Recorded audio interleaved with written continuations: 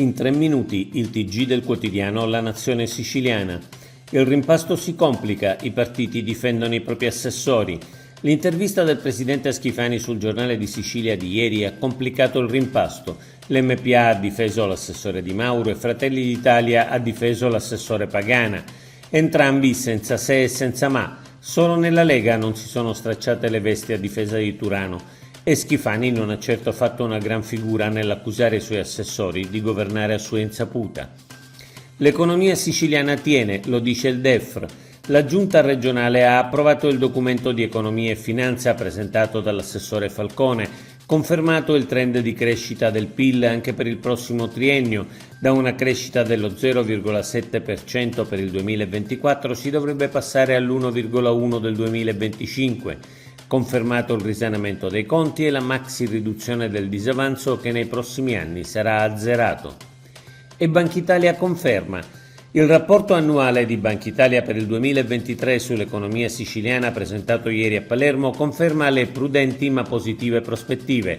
Il PIL va avanti piano ma sostanzialmente in linea con il Paese e l'occupazione aumenta del 5,5% con un incremento superiore alla media nazionale. Vola il turismo più 11%. La Sicilia investe sul suo mare. Sfruttare in Sicilia il tesoro rappresentato dalla Blue Economy. L'economia del mare vale 10 miliardi l'anno con quasi 30.000 imprese e oltre 80.000 addetti. Sviluppare porti, autostrade del mare, infrastrutture, pesca, turismo e diporto per moltiplicare il PIL e occupare i giovani. Importante convegno ieri a Palermo organizzato dal quotidiano La Sicilia con lo Svimez e la presenza del ministro Musumeci. Riappropriarsi del rapporto con il mare e la sua ricchezza. Quei giovani che non studiano e non cercano lavoro, li chiamano NEET, giovani che non studiano e non lavorano, il 16,1% nella classe di età tra i 15 e i 29 anni, ma al centro-nord sono l'11,2% e al sud il 24,7%.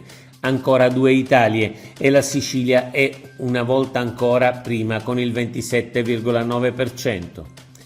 Depuratore di Priolo, 9 milioni per la messa in sicurezza. Nel 2025 le industrie cominceranno a staccarsi dal depuratore di Priolo avvalendosi di impianti propri in fase di realizzazione.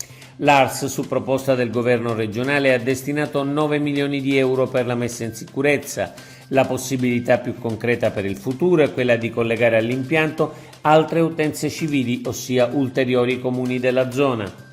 Se una serata in discoteca può finire in ospedale. A Siracusa, fuori da un locale, vi è stata un'aggressione con accoltellamento. Il ragazzo incolpevole, scelto probabilmente a caso, è in ospedale con un polmone perforato.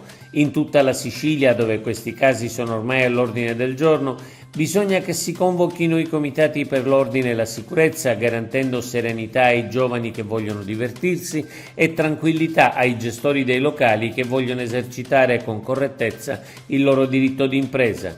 Oggi è tutto. Per l'informazione del quotidiano La Nazione Siciliana, il nostro sito www.lanazionesiciliana.eu.